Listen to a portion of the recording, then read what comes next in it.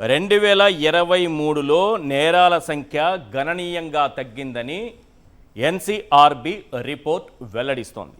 కానీ ఎన్నికలకు ముందు చంద్రబాబు నాయుడు గారు మన పవన్ కళ్యాణ్ గారు ఇద్దరూ కలిసి చేసిన దుష్ప్రచారం ఏంటి, ఇప్పుడు రాష్ట్రంలో జరుగుతున్నటువంటి వాస్తవ పరిస్థితి ఏంటి?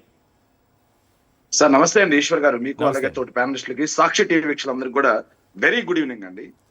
ఎన్నికలకు ముందు పవన్ కళ్యాణ్ అనే ఒక వ్యక్తి ప్రచార సభల్లోనే కాకుండా ప్రెస్ మీట్ల ముందు కూడా మాట్లాడిన సందర్భాలు చాలా ఉన్నాయి సార్. రాష్ట్రంలో వాలంటీర్ల వల్ల మహిళలు మొత్తం అదృశ్యం అయిపోతున్నారు, అదృశ్యం అయిపోవడమే కాకుండా మహిళలని ఎక్కడికైతే విదేశాలకు అమ్మేస్తున్నారు అన్నట్టుగా మాట్లాడారు సార్. కానీ ఎన్సీఆర్బీ రోజు ఏం చెప్పింది సార్? దేశం మొత్తం మీద రికవరీ రేట్ సార్, దేశం మొత్తం మీద రికవరీ రేటు దొరికే వాళ్ళలో 85.7% మందికి అడ్రస్ లేకుండా పోయారంట సార్, మిస్సింగ్ అయిన వాళ్ళలో. కానీ రాష్ట్రంలో 54% మందిని అప్పటికప్పుడే వెనక్కి తీసుకొచ్చారు అని చెప్పి ఎన్సీఆర్బీ డేటా ఇచ్చింది. 30,000 మంది మహిళలు మిస్సింగ్ అంటే తప్పయ్యా పవన్ కళ్యాణ్, 30,000 మంది మహిళలు మిస్ కాదు అని చెప్పేసి ఎన్సీఆర్బీ ఇచ్చింది సార్. మరి ఈ రోజు పవన్ కళ్యాణ్ వాలంటీర్లో ఉన్నటువంటి మహిళా సోదరీమణులకి, వాలంటీర్లుగా పనిచేసేటువంటి సోదరులకి క్షమాపణ చెప్పాల్సినటువంటి అవసరం ఉందా లేదా అనేది జనసేన మిత్రులే ఆలోచన చేయాలి సార్. ఎంత తప్పుడు ప్రచారం చేసి రాష్ట్రాన్ని ఎంత తప్పుదో పట్టించి అధికారంలోకి వచ్చారనేది కూడా రాష్ట్ర ప్రజలు కూడా ఆలోచన చేయాల్సినటువంటి అవసరం ఉంది సార్. ఏదైతే 2024 ఎన్నికలకు ముందు చంద్రబాబు నాయుడు గారు కూడా మాట్లాడారు సార్, రాష్ట్రంలో నేరాలు పెరిగిపోయాయి, రాష్ట్రం మరో బీహార్ లా మారిపోయింది, రౌడీలకు అడ్డగా మారిపోయిందని. కానీ వాస్తవాలు చూస్తే సార్, రాజకీయ ముసుగులో 2024 జూన్ 4 తర్వాత టీడీపీ వాళ్ళు రాజకీయ ముసుగులో రౌడీజం ఎలా చేశారు అన్నానికి ఒకటి రెండు చిన్న ఉదాహరణలు సార్.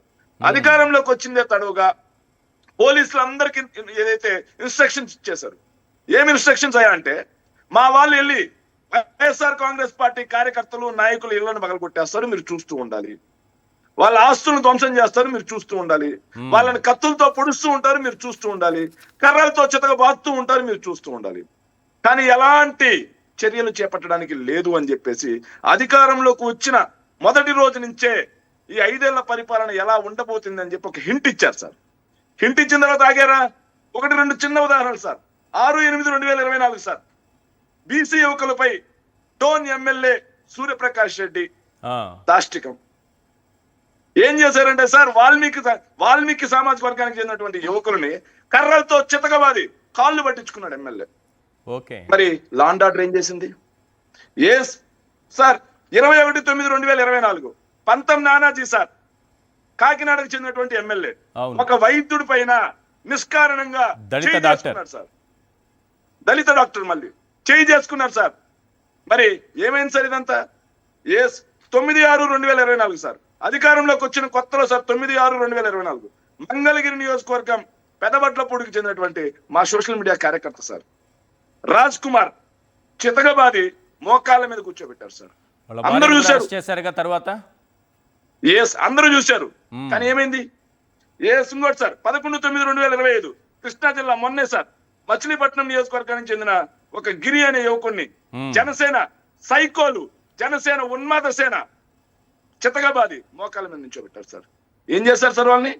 ఏం చేస్తుంది law and order sir? Home guard ఏదైతే 25/8/2025 సార్, ఒక హోంగార్డు పై జనసేన నాయకుడు భౌతిక దాడి, పోలీసు మీద దాడి సార్.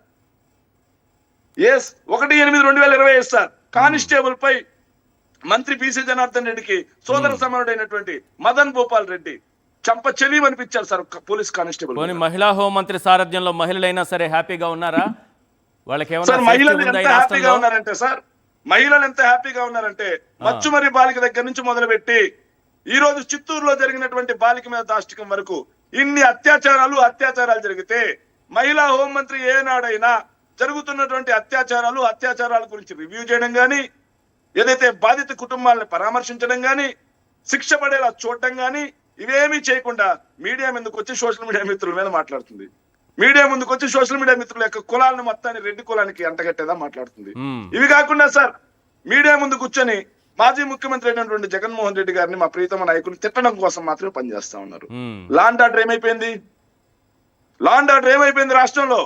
ఈ రోజు గుడి దగ్గర, బడి దగ్గర, ఇంటింటిది, వీధి వీధికి బెల్ట్ షాపులు పెట్టారు సార్. బెల్ట్ షాపులు పెట్టి మద్యాన్ని విచ్చలవిడిగా ఏరులై పారిస్తా ఉన్నారు. దాంతో యువత మొత్తం మద్యం మత్తులో నేరాలకు అలవాటు అయిపోయి ఈ రోజు అయిపోతా ఉంది రాష్ట్రం బీహార్, ఆంధ్రప్రదేశ్. మ్మ్. ఈ రోజు అయిపోతా ఉంది రాష్ట్రం నేరాంధ్రప్రదేశ్. మరి దీని గురించి ఆలోచన చేయరా? జగన్మోహన్ రెడ్డి గారు అధికారంలోకి వచ్చిందే తడవుగా సార్ అప్పటికప్పుడు గంజాయిని నిర్మూలించడం కోసం స్పెషల్ టాస్క్ ఫోర్స్ వేసి ఎక్కడికక్కడ పట్టుకుంటూ ఎక్కడికక్కడ ఏదైతే నేరగాళ్ళు ఉన్నారో నేరగారు అందరినీ జైలుకు పంపించడం జరిగింది. వందల వేల ఎకరాల్లో పంటని ధ్వంసం చేయడం జరిగింది. జరిగితే రాష్ట్రాన్ని మొత్తం గంజాయి ఆంధ్రప్రదేశ్ అన్నారు. ఈ రోజు ఎక్కడ సార్ ఆ స్పెషల్ టాస్క్ ఫోర్స్? రాష్ట్రం మొత్తం మీద గంజాయి కిరాణా షాప్ లో దొరికే అంగడి సరుగ్గా మారింది. గంజాయి మత్తులో రాష్ట్రంలో నేరాల సంఖ్య డబల్ అయిపోయింది. మరి ఎక్కడున్నారు? చట్టాలు చేయాల్సినటువంటి చట్టసభ సభ్యులే సార్, అంటే ఎమ్మెల్యేలే సార్. కర్నూలు జిల్లా శ్రీశైలం ఎమ్మెల్యే శ్రీశైలం ఎమ్మెల్యే ఏం చేశాడు సార్? అటవీ శాఖ సిబ్బంది మీద తప్పతాకి బీభత్సంగా వాళ్ళ మీద దాడి చేస్తే అతని మీద చర్యలు లేవు. వాళ్ళ పార్టీకి చెందినటువంటి తాడిపత్రి జేసీ ప్రభాకర్ రెడ్డి ఒక ఐఏఎస్ స్థాయి అధికారుల మీద నీచంగా మాట్లాడితే వాళ్ళ మీద చర్యలు లేవు. కానీ నేరాల సంఖ్య బాగా తగ్గుముఖం పట్టింది. చాలా హ్యాపీగా ఉంది రాష్ట్రం అంతా. ఒక పండుగ వాతావరణం జరుపుకుంటోంది అన్నట్టుగా చెప్తుంటారు కదా చంద్రబాబు నాయుడు గారు. సార్ పండుగ వాతావరణం ఎవరికి ఉందంటే రాష్ట్రంలో ఎవరైతే బెదిరింపులకు దిగుతున్నారో వాళ్ళకి పండుగ వాతావరణం ఉంది. ఎవరైతే హత్యలు చేస్తున్నారో వాళ్ళకి పండుగ వాతావరణం ఉంది. ఎవరైతే బలవంతపు వసూలు చేస్తున్నారో వాళ్ళకుంది. ఎవరైతే రౌడిజం చేస్తున్నారో వాళ్ళకుంది. ఎవరైతే దాడులు చేస్తున్నారో వాళ్ళకుంది. ఎవరైతే సైబర్ నేరాలు చేస్తున్నారో వాళ్ళకుంది. ఎవరైతే అక్రమ కేసులు బనాయిస్తున్నారో వాళ్ళకి పండుగ వాతావరణం ఉంది సార్. ఈ రోజు రాష్ట్రంలో శాంతి భద్రతలు ఈ స్థాయికి క్షీణించడం వల్ల ఈ రోజు మహిళలు తిరిగే పరిస్థితి లేదు సార్. గ్రామాల్లో నేను ఒక పల్లెటూరు రోడ్డుగా చెప్తున్నాను సార్. గ్రామాల్లో ప్రతి ఊర్లోనూ బడ్డీ షాపుల దగ్గర కూడా మద్యం దొరుకుతా ఉంది. అక్కడికక్కడ తాగుతా ఉన్నారు రోడ్ల మీద. సాయంత్రం అయితే మహిళలు బయటకు వచ్చే పరిస్థితి లేదు. తాగిన మైకంలో మహిళలు రోడ్డు మీద పోతుంటే వాళ్ళ భద్రత ఎక్కడ సార్? రైట్. ఓవరాల్ గా నేరస్తులకి పండగ, ఇది మనలాంటి వాళ్ళకి కాదు వాళ్ళకి పండగ ఈ ప్రభుత్వంలో అన్నట్టుగా ఉంది. పాషా గారు ఏం సార్ 2020 ఈ ప్రభుత్వంలో సామాన్యులకి, ఈ ప్రభుత్వంలో మహిళలకి పండగలేదు సార్. నేను చెప్పినట్టుగా వాళ్ళకి పండగ ఉంది సార్. దుర్మార్గులకు పండగ ఉంది. Yes right. పాషా గారు అసలు నేరస్తులకి పండగ ఏంటి? నేరస్తులు కూడా పండగ చేసుకుంటారా? అందరికీ నమస్కారం సార్. సార్ ఈరోజు మనం మాట్లాడే టాపిక్ వచ్చేసి క్రైమ్. అవును, క్రైమ్ రేటు అన్నది చంద్రబాబు నాయుడు గారి హయాంలో పెరిగింది అన్న టాపిక్ మీద మనం ఈరోజు డిస్కషన్ చేస్తున్నాం. అవును.